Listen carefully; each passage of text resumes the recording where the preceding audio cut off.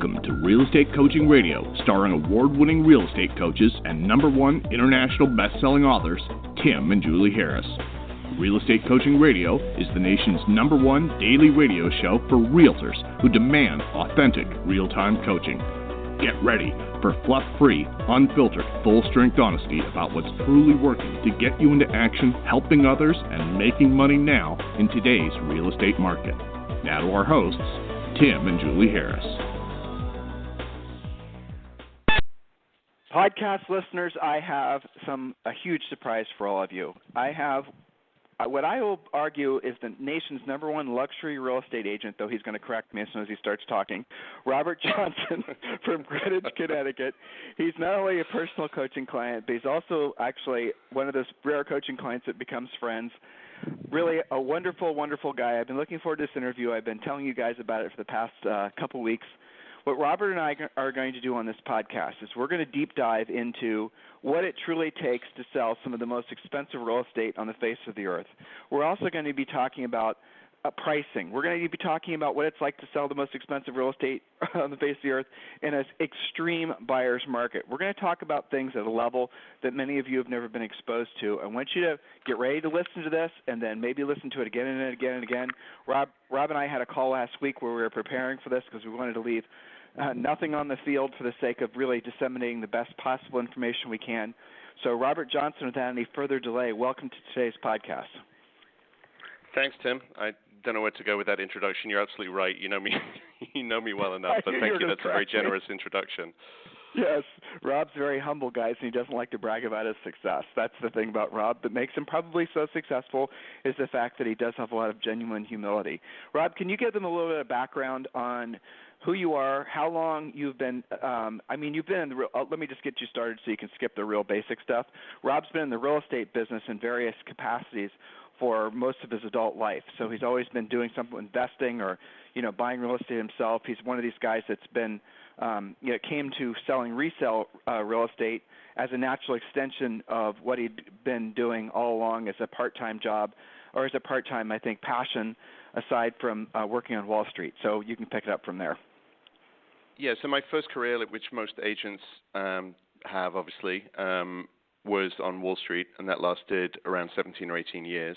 During that time, I was investing in some spec projects and investment things. I worked with a very high-end custom builder as I was transitioning out of Wall Street, and then very quickly turned to being a realtor full-time after that. So full-time as an agent, it's been around 6 years, but my exposure to real estate obviously predates that. Right. So your background on Wall Street was on a trading floor. We don't have to get in the weeds about what you did, but Right. were there any parallels between what you did on Wall Street and selling real estate? Yeah, I think communication,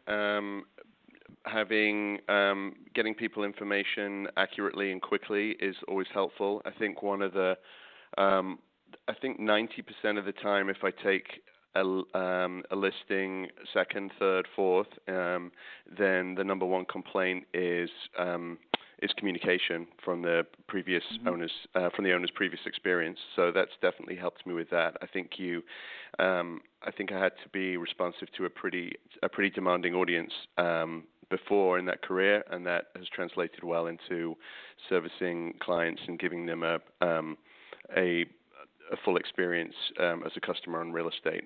And I think it was a couple of years ago that you and I last spoke about how important that is in the high end, whether you're in a soft market or a more bullish market. But that's definitely, I think that's the single most important thing.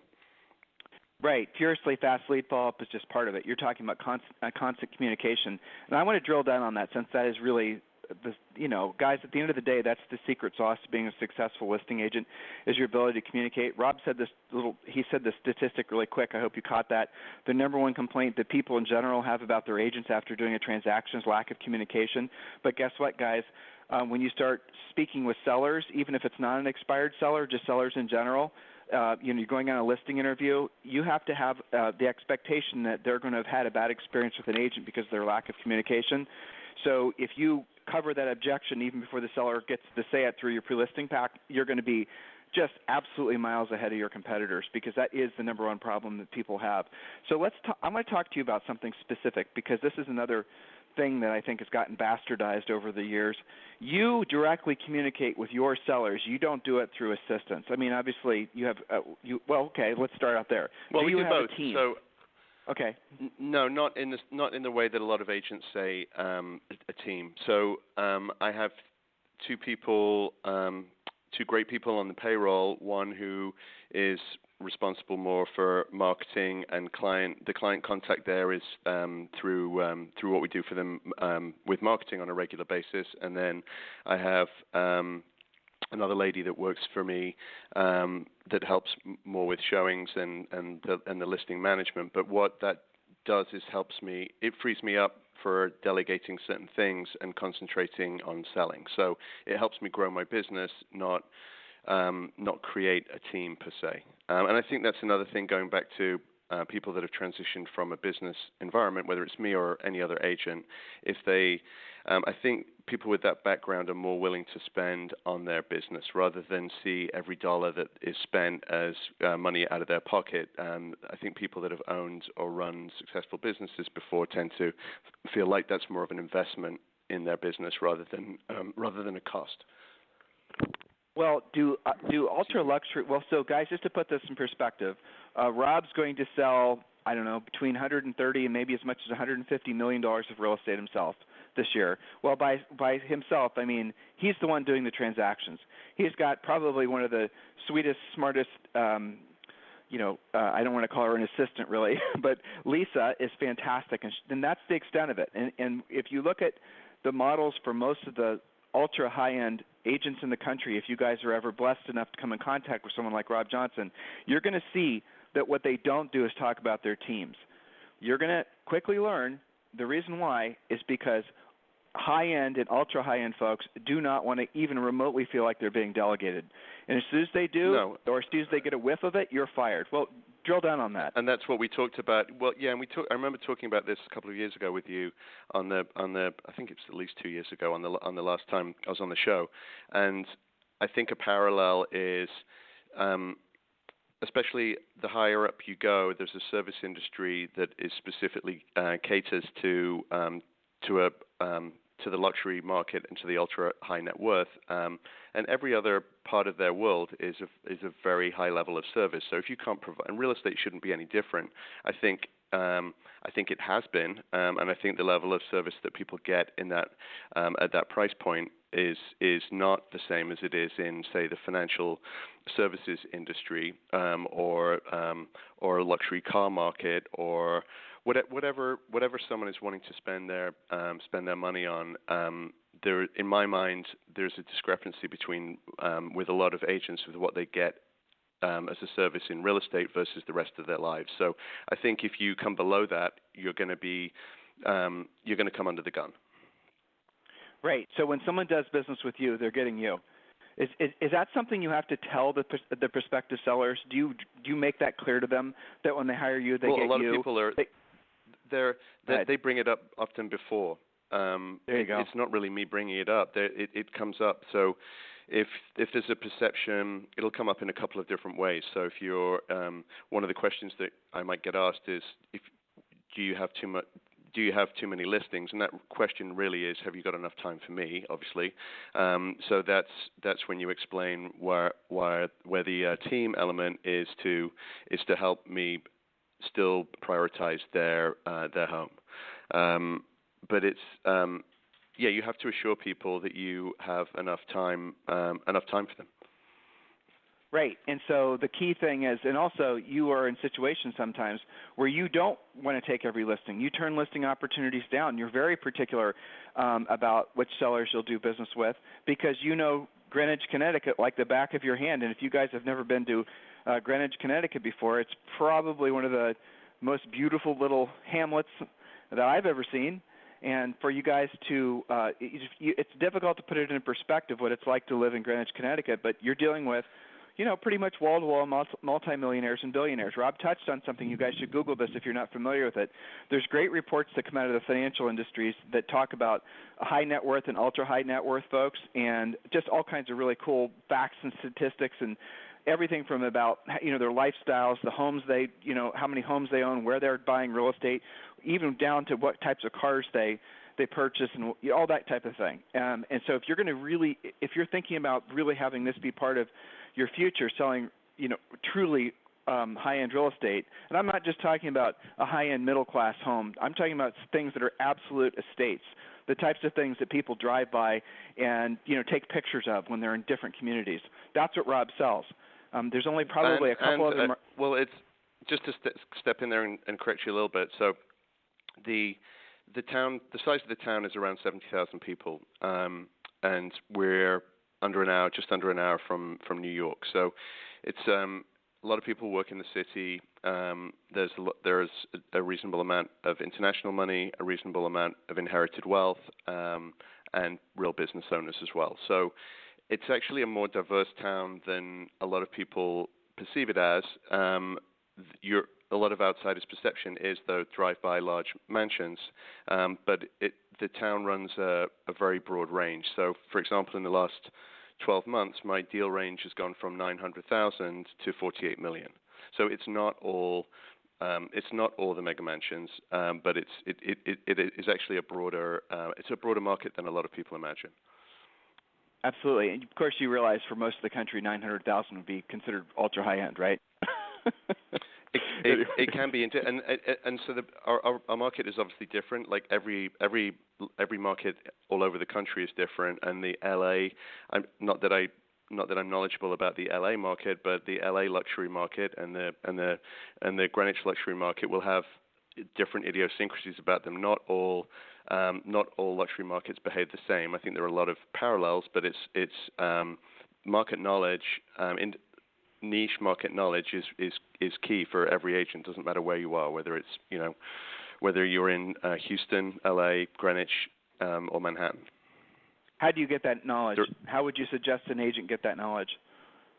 The only way you can do it is by living and working in it. So, and that's what people are coming to you for when they engage you as an agent. If you're representing a buyer, that's what they're paying for. They're not paying for you to pick them up from the station and just drive you around. They can get any old Tom, Dick, or Harry to do that. But they want to know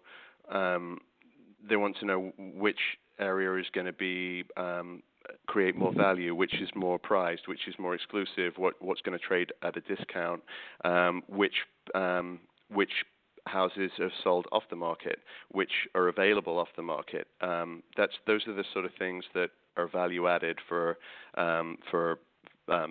buyer representation.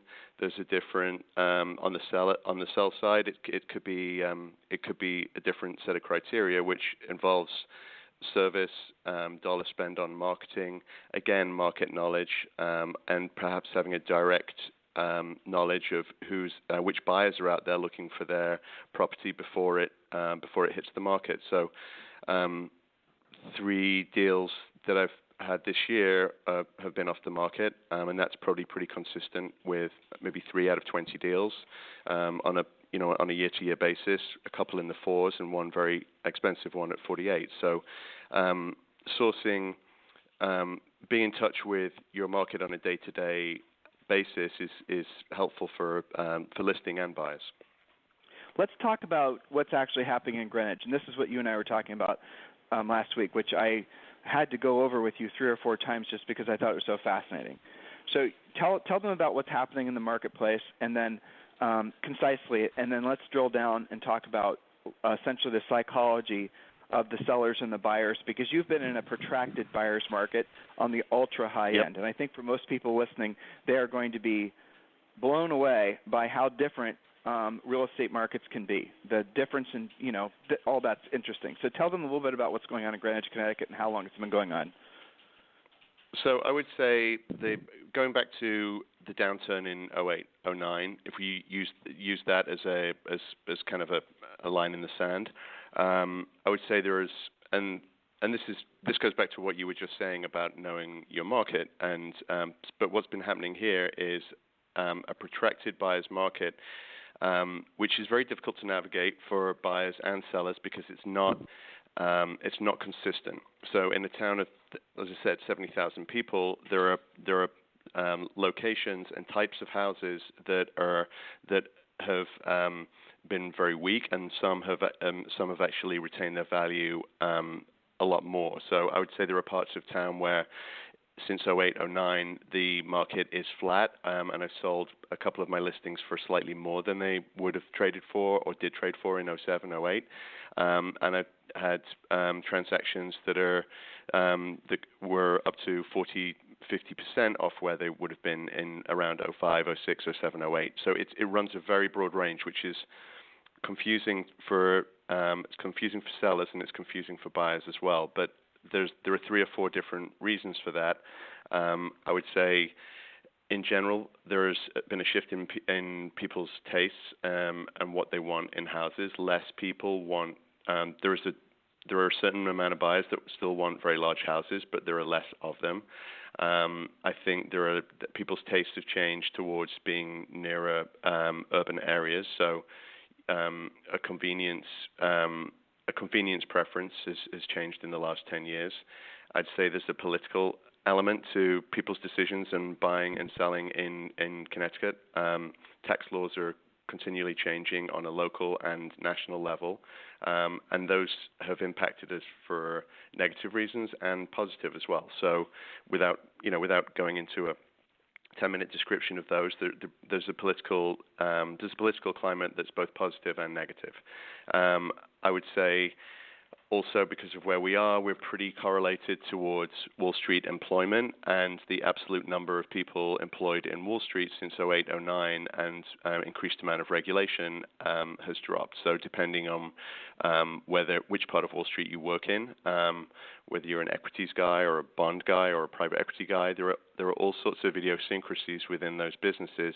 But net, there are less people making significant amount of money than there were, to put it in a nutshell, and that's one of the core drivers for our middle to upper end of the market. So you pull that away, and you're going to have a protracted amount of weakness, and that's what we're seeing. There are other towns near us that are luxury markets that are more correlated to Greenwich, to Wall Street money, and they've seen significant weakness as well, more than Greenwich. But there are 3 or 4 different factors at play that have made it tough sledding, and it's definitely a buyer's market for most of the town, but not all of it. And helping people through that, buyers and sellers, is hard. Well, so here's the sort of mindset that it was interesting to talk with you about last week. You've got buyers that are purchasing. Listeners, listen to my question. You've got buyers that are purchasing houses in Greenwich, Connecticut, knowing that they won't make any money, and most likely it's entirely possible they'll lose money, and yet they're still buying houses. And the reason I'm asking that question is because most agents listing, Rob, as I'm sure you know, have absolutely no clue how to sell a house to a buyer that when the market isn't always on the ascension. And as soon as you take away the fear of loss angle, if you don't buy it, somebody else will. That's essentially how most agents, that's the only way they know how to get contracts signed. You can't say that because it's not really, yes, that's true, somebody else might, but it's a totally different approach. So why would someone buy a house when there's a high likelihood that they were going to lose money, and if not just break even on the house even after years? Well, a couple of reasons. Our largest buyer base would, and it depends on the price as well. So I would say up to $3 million. Most of the buyers that I see on either side of a transaction need a place to live. So it tends to be a need up to about $3 million, and their need is reasonably immediate. They want to or have to choose the best value they can within probably a 30 to 120 day time horizon. So they're real shoppers. You get above that price point, and it tends to become more discretionary, especially above $4 million.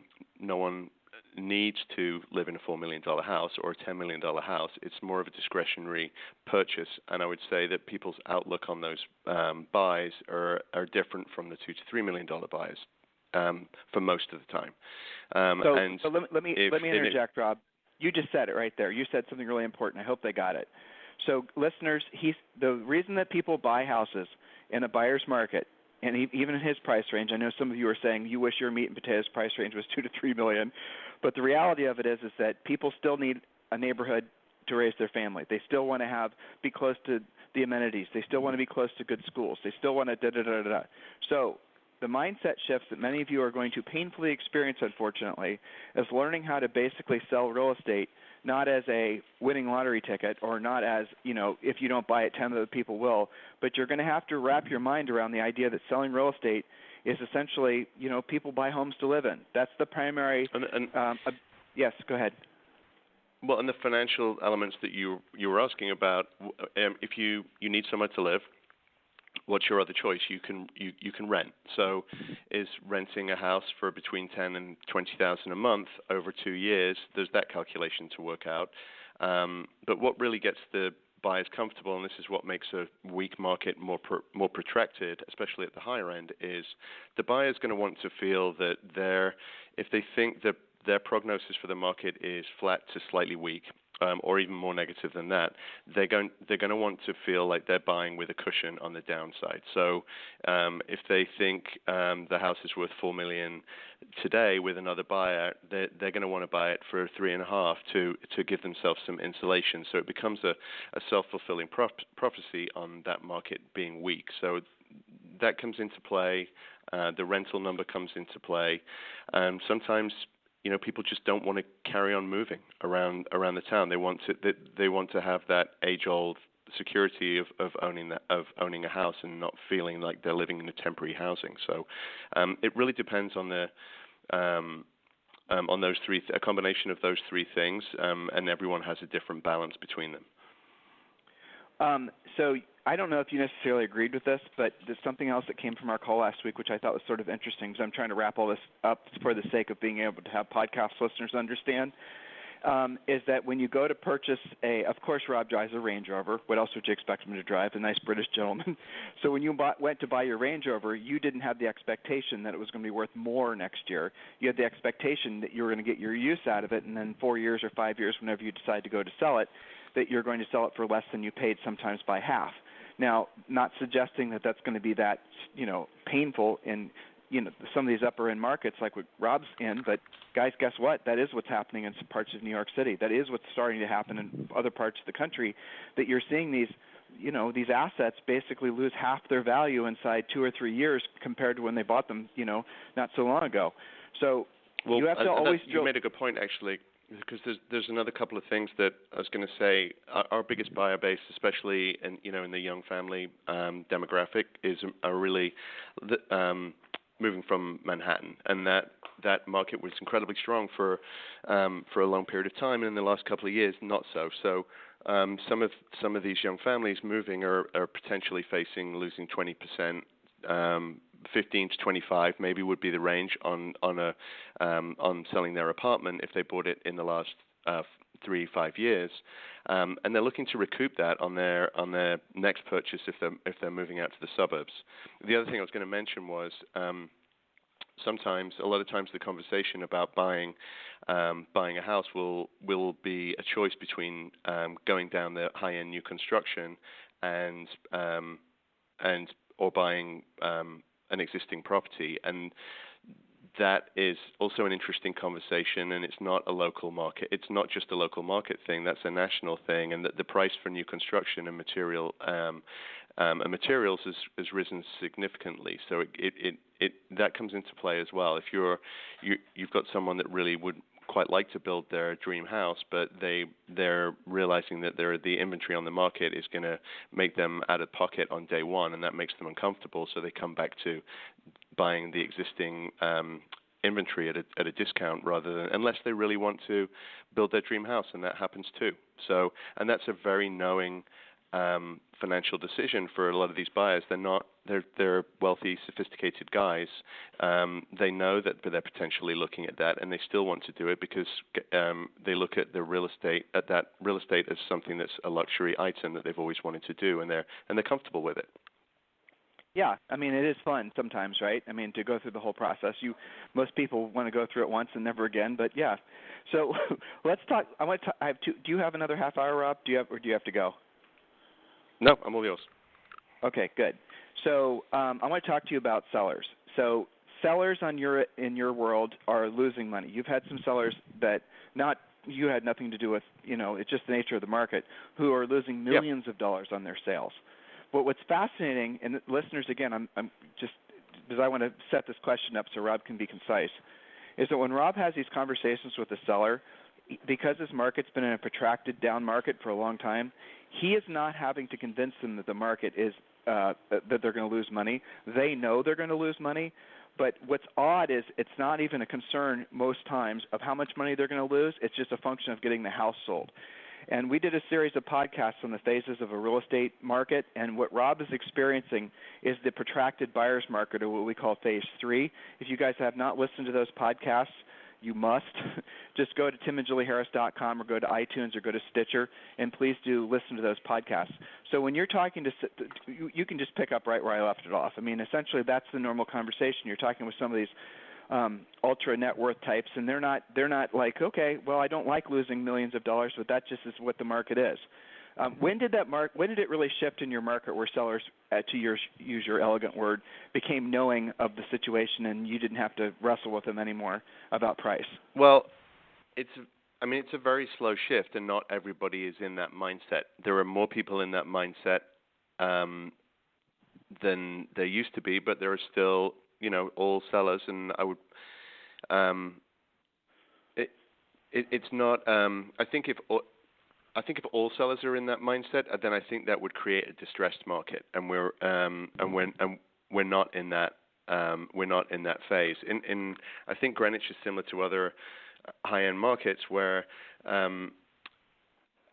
an owner can be very cognizant of the weakness in the market, but make, again, same as the buyers, make knowing decisions that are non-financial. An owner can be in that position as well, where sometimes it can be wrapped up in their ego in the house and what they have in it, and that's another topic. But they can also know that the market is getting weaker, and I can help explain to them if it carries on, it could be less money in a year, 2 years time if they don't sell. Can you let the listeners listen to what you tell them, because you do such a masterful job at some of the things you say to these guys? Well, if you meet the market today on where the market price is, or you have the choice of meeting it in 2 years, if we talk about where we think the market's going to go, and you have a $4 million house and it's going to be worth potentially 3.5 in a couple of years, do you want to take that loss now, or do you want to kick the can down the road? And some people will be happy kicking the can down the road, knowing that. So it's not always, not every seller wants to meet the market where the market is very quickly. More people do, and that's what creates the market, and that's what's created a softening in prices. But I would say the way that the buyers deal with that is it's interesting. In the last couple of years, you'll see. I've seen a situation where if a seller isn't priced within 5 to 6% of where the eventual transaction is going to be, wherever that is, then you tend to get very few showings and zero offers. As soon as you're within that zone, you may get multiple interest, but until you've reduced into that, or if your initial listing price is that, or it's the fourth reduction, doesn't matter. You'll suddenly have the market will tell you very quickly what doesn't happen in this market, and this is sometimes difficult to describe effectively to sellers. Is what doesn't happen if you're wrong, you'll get nothing, and the effort that you put into future reductions are going to mean you end up getting less money for your house, because you're begging for people's attention by then, and you have to create much more value than you would have done at the initial listing price. So here's what's really fascinating, and I hope everyone's listening. Any agent who sells in any price range in any market, you know exactly what he's talking about. We have this as part of our listing presentation. There's an it's been around forever. Julie and I didn't create this. It's basically a target, and it shows exactly what he just said. It's part of the listing presentation. It's also part of the pre-listing pack, and it basically shows the seller exactly what he just said.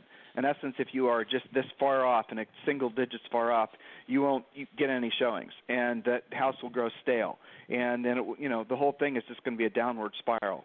And that's what happens a lot of times when sellers just aren't willing to accept reality. And Rob has become masterful at helping sellers understand that the time to sell is now, not to try to, essentially chase the market down, but also he's become incredibly effective at helping sellers that weren't successful with maybe their first 2 or 3 listing agents getting their property sold. And not always just because he needs to lower the price, but sometimes a lot of times it's essentially how the house is being represented. But though I don't think Rob would ever admit this, one of the biggest reasons he's so successful selling his listings because he calls them the leads back right away. He chases every single transaction.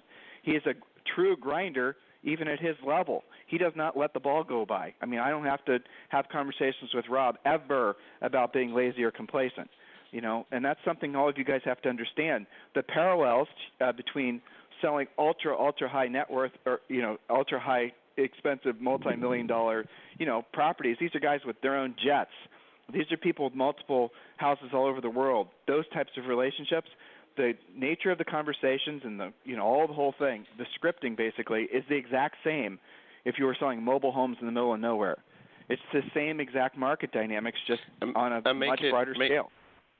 And that's when you're facing the client. It's also, I think it's important as well to be known to be a very transactional agent with your broker community too. Mm-hmm. Well, that's a really good point, Rob. You do a great job at that. I mean, you're picking up expired listings all the time, and they're choosing you over other agents. But you do maintain a really close relationship. Help brokers, help other agents have the confidence in you to know that you're going to be an effective and transactional agent when they show your house, and it'll make a difference. And that doesn't matter whether you're selling, where you're selling. That's just human nature. Well, I'm going to point something out. Rob, this is worth saying, okay? I don't know, you'll never say this, but I'm going to say it for you. So Rob has actually been, and many times has actually given business. So he'll have, for example, a buyer call him, who the buyer he knows he's working with some other agent he knows. And he'll call up that other agent and let him know what's going on and tell that buyer that, even if there's no buyer agency agreement, to work with that other agent. And as a result of him having this absolutely golden reputation in Greenwich, Connecticut, he has agents on a regular basis, even in his own market, sending him listings or listing opportunities for listings they have that are about to expire, or listings that they have where they think he actually might have a better shot at selling it because of how he is. And maybe it's a waterfront property, or maybe it's something that's truly ultra high end, and they just don't want to, it's not something they're comfortable with.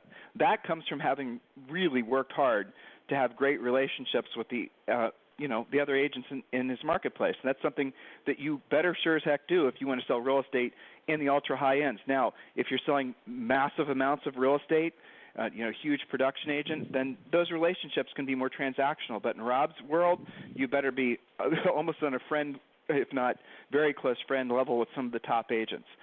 Anything you want to tag on that? It's a collaborative venture, which still means obviously doesn't get in the way of your fiduciary duty to your clients, but it helps you become more effective as an agent, and that is something that you can talk to your clients about, but that will generally not even be on their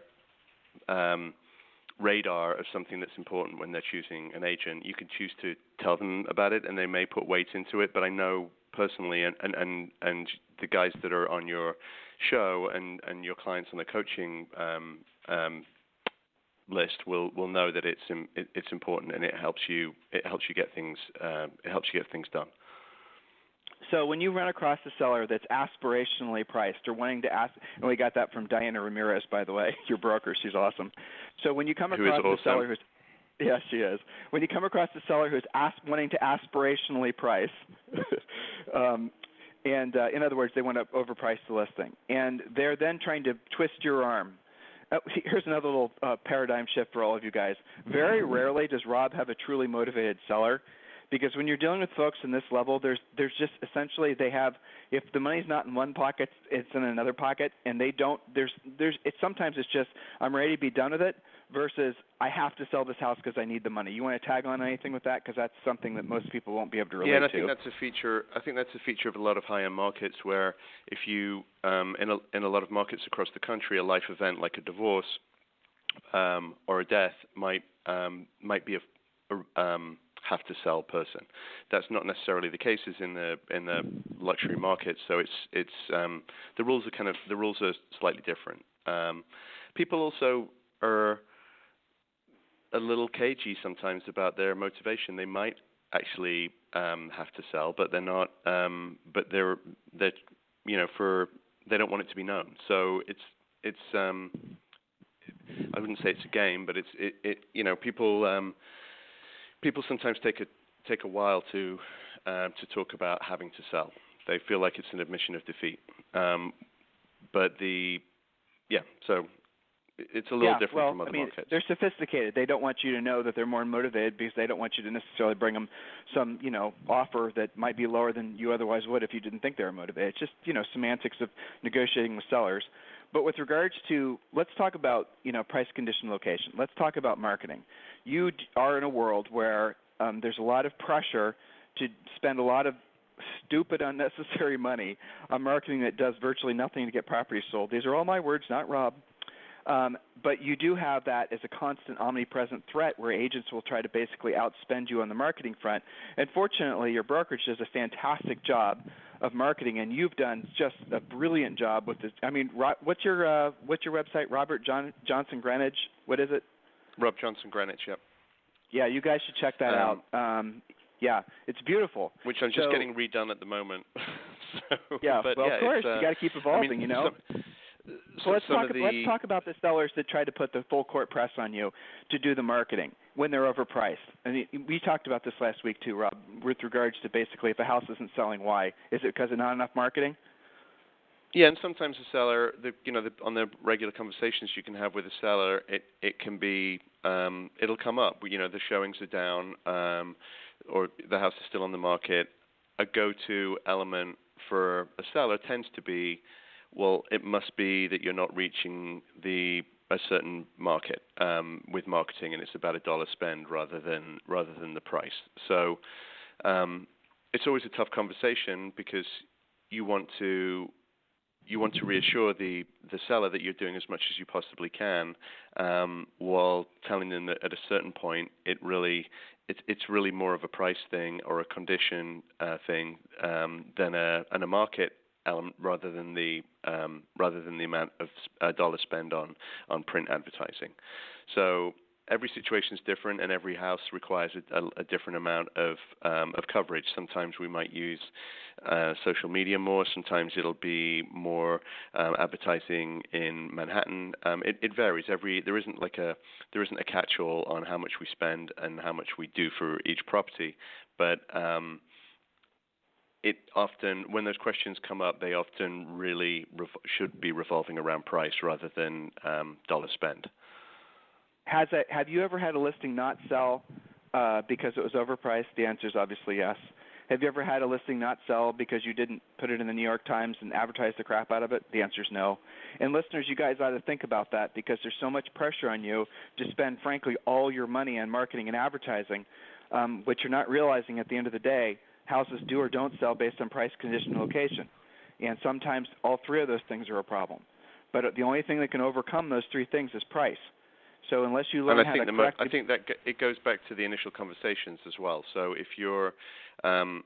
it's the agent's fault if they're having very hard conversations in X period of time after the listing about not selling the house, then they're partly to blame, and they have to own that, because the one thing that you're giving an owner when you first meet them is meant to be a genuine idea, and this is one of the few things that they're meant to have a real insight into, is where the market is for that house, and if that and that price might be different from where the owner wants to list it, and that's a conversation. But the most valuable advice you can give an owner when you first meet them is where that price is going to be. If the owner's desire to list it is a lot different from that, then that's a conversation. It doesn't mean that the agent is going to not take the listing, but what's helpful is to go back to those original conversations when the subsequent conversations come up and say, this is where we thought the market was going to be. At your price point, this is the amount of showings and offers that you should be getting if you're within 5 or 6% of the price after we listed it. And if they're not there, the regular conversations about repositioning should be kicking in before, in an ideal world, before an owner is calling you with basically an unhappy situation. So, listeners, here's what he said. Hopefully you heard all of this. That was really important. He's not turning sellers down because they won't list it at his price. If you ever lose a listing because they won't list it at your price, you're making a mistake. Because guess what, guys? You can be wrong. And if you're selling stuff like what Rob's selling, those are not production houses. Well, most of them. They're talking about something that's truly unique. And there could be some sort of, 1 in 100 buyers that's willing to pay what your CMA told you would be a ridiculous price, or at least over what it should have been listed at. And, guess what? You can be wrong. Happens all the time. Yeah. But some houses are a lot easier to price than others, but yeah. Yeah. So the moral of the story, guys, is you heard what he said. You can take the listing above what your CMA suggested it should be, knowing that you could be wrong. Don't dig your heels in and ruin your relationship with that seller, let alone not take the listing, because you thought it was your, moral prerogative or moral imperative, rather, to take the listing at what you thought was the right price. That's just your ego screwing you out of a transaction helping somebody, okay? So Rob does occasionally take things that are above what he thought they maybe should be priced at, and occasionally he's surprised on the upside. Most of the time he's not. But what he does then enable the seller to do is they can have then essentially, they'll have gotten an opportunity to see what doesn't happen at that elevated price, and then they're going to be more open to listening to what Rob was saying as far as price goes. That is going to happen all the time. Yeah, but be very clear at the – and sorry, I didn't mean to interrupt. Just be very clear at the outset with your client what your thoughts are on it, because a lot of times agents don't do that because they just want to play into where they know the seller really wants to list, and I think it's a big mistake. You mean asking the seller where the seller wants to list it and just list it at the seller's price? Yeah, that totally is a big mistake. Being scared to give their honest opinion. It doesn't mean that you can't. You can have a difference of opinion on price and still work with a client, and in the long run, they're going to respect you for that. How do you tell them that, Rob? I mean, you've said that twice now, and I think if the listeners that are paying attention are going to know. How do you tell a seller that you're not in alignment with them on price, and you're going to try their opinion of price, knowing that there's going to be a conversation that's going to happen in the near future about repositioning? And hopefully, listeners, you're paying attention to the words we're using. Never say lower the price. Always say reposition the house on the market to correctly reflect the buyer's expectation, or a version of that. Okay. So how do you essentially have that real conversation where you're going to take it over what you perceive to be the market, and yet not piss the seller off? Well, the background that you give them when you meet them on what's transacted in your market, what's actually closed. Because a lot of times sellers in this market will say, well, look at all these other listings. We're better than this, this, and this. And I said, well, they're the ones that are active, and they're your competition, and they haven't sold. So you start off with the closed listings, and then you go through your competition, which brings you to, if you're in a very cramped niche in that market, you can go through the amount of months that are of supply that's there with that current inventory. And do you want to be, do you want to be in the middle of that, or on the upper end of that? Because guess what, you're not going to sell. You're not going to sell if you're in that spot. Like, it's back to our 5 to 6% equation. Buyers in soft markets they're looking, and there's money, and that's why it's not distressed. There's plenty of money that's looking to buy some of these assets, but they have to feel like they're getting a deal. So they're not going to engage on you if you're in that outer space. If you're the best 1, 2, or 3 things in your little price point in your location, you're going to have people interested. And do you want to be one of those, or do you want to play a longer game for the other reasons that we talked about? So it's not about criticizing their property. It's about being very straight with the information, and then doing with that information what is best for the client. So in a market like Greenwich, Connecticut, in a really challenging market that was, you had to learn to be as successful as, I'm not going to say it's fast because you've been doing this forever, but to go from an agent that was, look, dude, you've climbed the mountain and you've done it relatively quick by anyone's measure. I don't know if any way else way to say that. I know you're humble, and I don't want to have you correct me a million times because I'm trying to give you a compliment. So I'm trying to dance around your natural tendencies not to take a compliment, Rob. This is not easy for me. But I'm going to say it, okay? So you have gone from essentially a successful person. You've been successful in life in general. But in real estate, you've gone in a relatively short period of time, going from who's Rob Johnson to now what I'll say, because, again, I know you won't, the number one agent in Greenwich, Connecticut, let alone the entire state of Connecticut, by volume, and probably one of the most successful agents in the United States, if not the entire world. Okay, there's something you'll never say, those two things together. Well, that's definitely not true, but thank you. How would you know it's not true? It is true, Rob. Look at the list. There's plenty of people. There's plenty of people that sell more than me. But see, guys, didn't I tell you who's going to fight me on the compliment? That's it's because it's real humility because he's appreciating the position he's finding himself in, but he's also walking on my question and my compliment, which is very rude, especially for a British gentleman. I need to point that out. Okay. Please continue. Yes, right. Okay, so with regards to your success, what would be three things that if you could tell the Robert Johnson from 4 or 5 years ago, three things that you wish you would have known, or maybe you knew but you really didn't want to accept, what would those things be? God, that's a good question. Wow, what a reaction. That was a good question.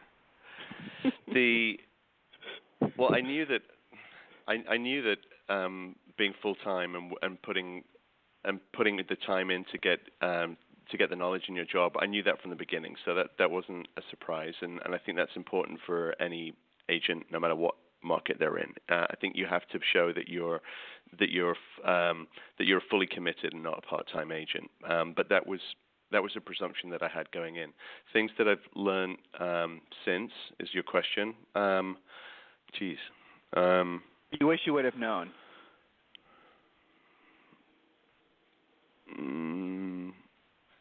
The collaboration with other agents was one thing that I didn't think was as important as it has been. I think the amount, the effective sphere of influence and managing that, staying on top of it, and the amount of business that I get from referrals from past clients and centers of influence has been huge for me, and I probably would have worked on that harder from the get-go. I know you and I argue about expireds all the time, so I won't even bring that up. You mean you wish you would have focused more on expires? This is your confessional? Yes, I agree completely. You should have focused more on expires. Keep moving on. Let's move on. Those are the first couple of things that spring to mind. You kind of sprung that one on me, so. I know. Well, listeners, you're hearing that he essentially has the same struggles that you guys do. Even as successful as he is, he still doesn't necessarily want to, call the FSBOs and the expireds, which, in that market. It's really hard. It's a constant conversation, and Tim's laughing because he knows what I really want to say here. It's very hard for me to do that. So there are certain things that, maybe if I look back on it, maybe getting comfortable with that from the beginning might have been more productive. I don't know. Maybe, but there are certain struggles that are the same in every market. You're right. Centers of influence and past clients. What do you do to work them now? What is it? Just give them a snapshot of what you and Lisa have created for a 12-month plan to focus on those guys.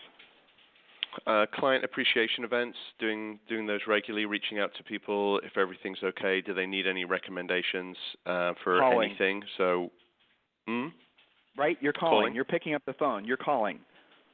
Yeah,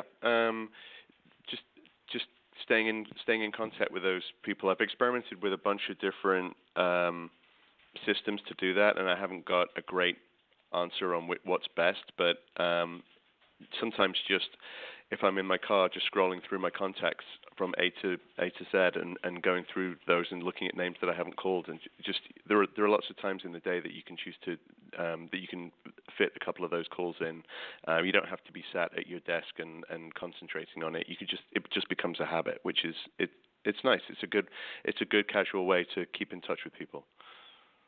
And also, you're involved in, we won't necessarily rattle off all the places, but you're actively involved in the community.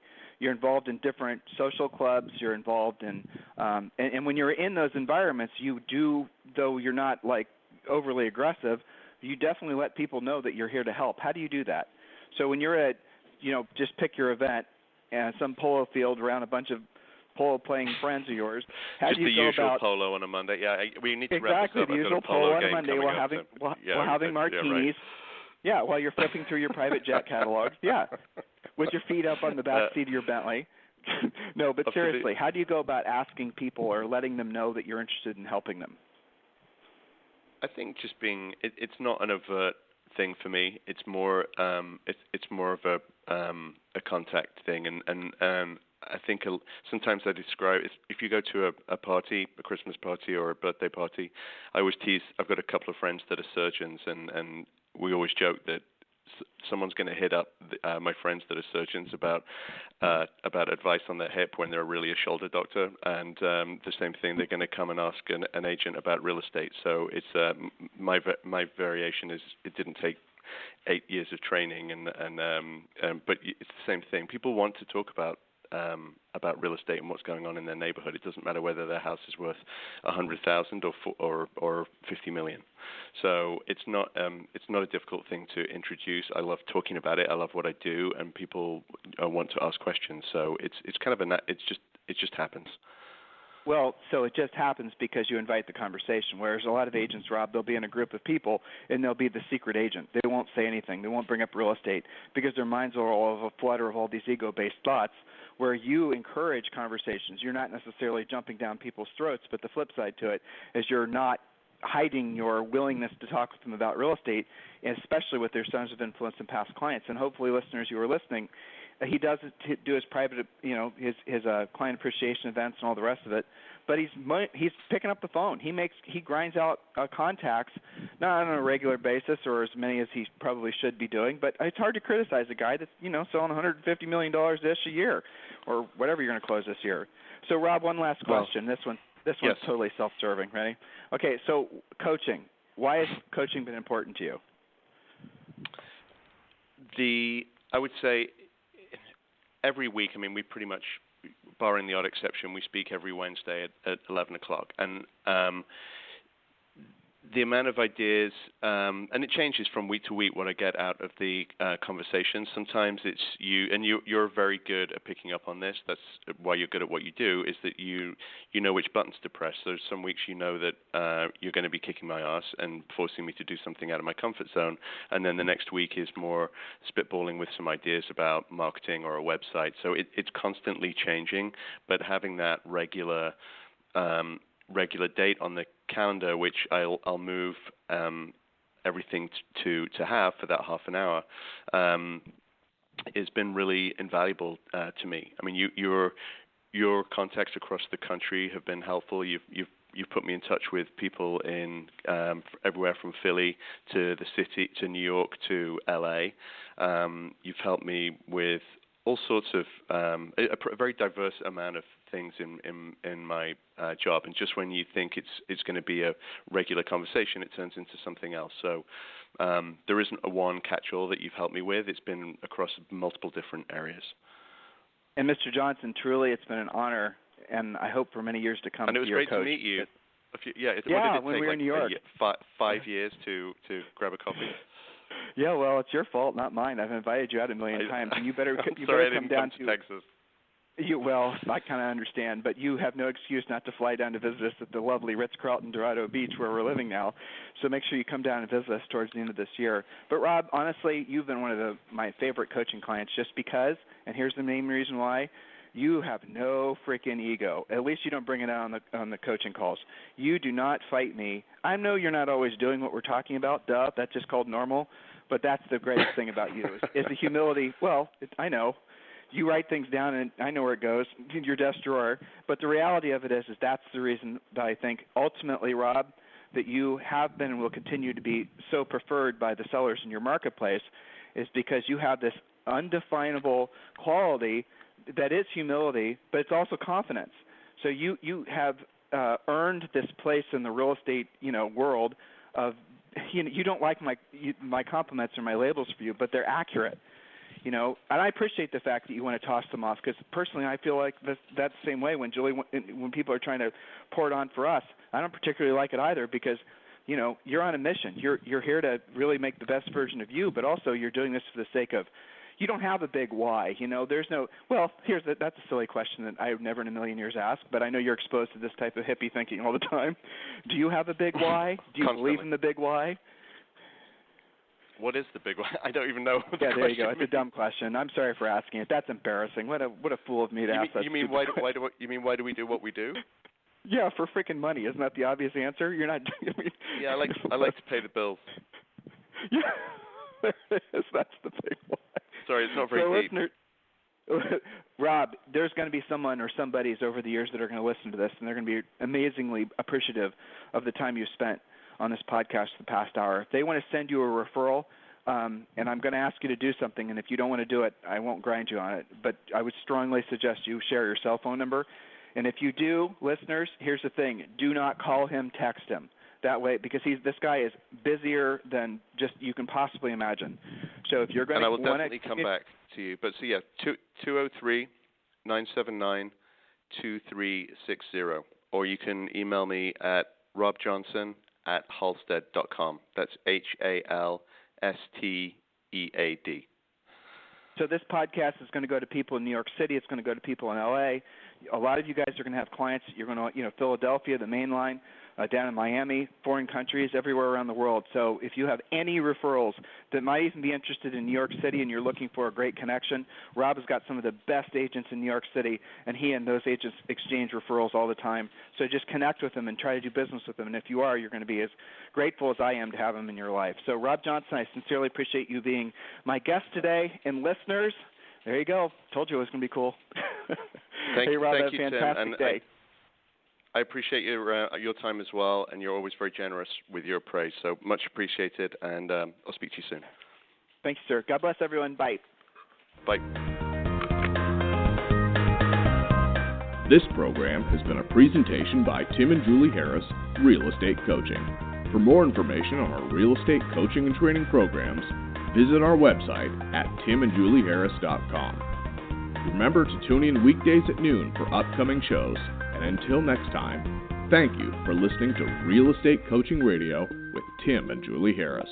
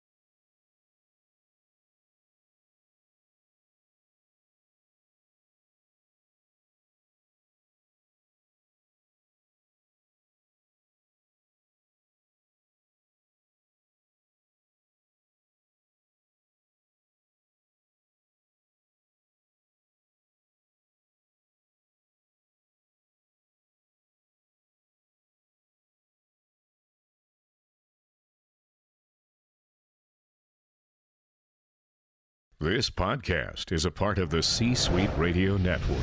For more top business podcasts, visit c-suiteradio.com.